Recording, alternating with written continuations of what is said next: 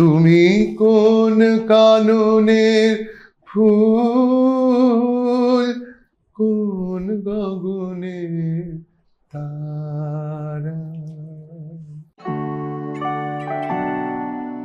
একটা কথা মানতে হবে, এই যে স্মার্টিজ এর যে নতুন সম্ভার, রবীন্দ্রনাথের স্ক্রিবলস, ডুডলস, এইগুলো সমস্ত কিছু দিয়ে এইরকম কাজ বহুদিন পরে দেখলাম। আমি ডুডলিং এর মধ্যে অনেক সময় খুব একটা অব্যক্ত লিরিসিজম খুঁজে পাই।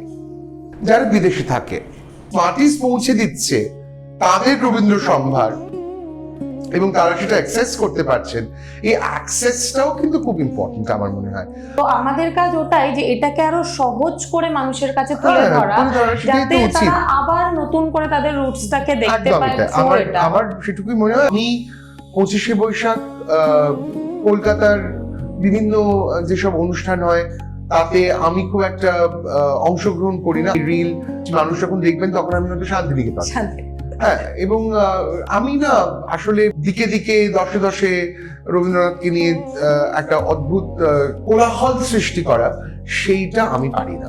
একদম শেষে গিয়ে একটাই কথা বলবো যে রবীন্দ্রনাথের জন্মদিন, মৃত্যুদিন এগুলো ফিরে ফিরে আসবে, হয়তো একটা উদযাপনের হেতু হয়ে উঠবে, কিন্তু সেটাকে কোলাহলে পরিণত না করে তাকে বরং যদি আমরা এইভাবে দেখি যে রবীন্দ্রনাথের যে কথাগুলো বা তার ভাবনাগুলো কিভাবে আমাদের মন, সমাজ, মানবিকতাকে সমৃদ্ধ করবে, এবং তার একটি বিস্তৃতি যদি আপনার পোশাকে থাকতে পারে, তাহলে আমি বলবো যে স্মার্টিজের এই নতুন কালেকশন আপনাদেরই জন্য। ওয়েরেবল বেঙ্গলি লিটারেচারের এই প্রয়াসকে আমি মনে প্রাণে সাধুবাদ জানাই, কারণ একজন শিল্পী হিসেবে আমার কাছে এর থেকে বেশি বড় পুরস্কার আর কি হতে পারে কমপক্ষে আমার জানা নেই। কারণ আপনারা, আমরা যারা এই পোশাক পরবো বা পোশাকের কথা আমাদের বন্ধু বান্ধবদের মধ্যে বলতে পারবো,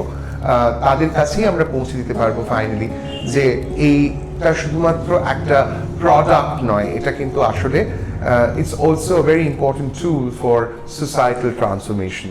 এটুকুই আমার বলার। নমস্কার।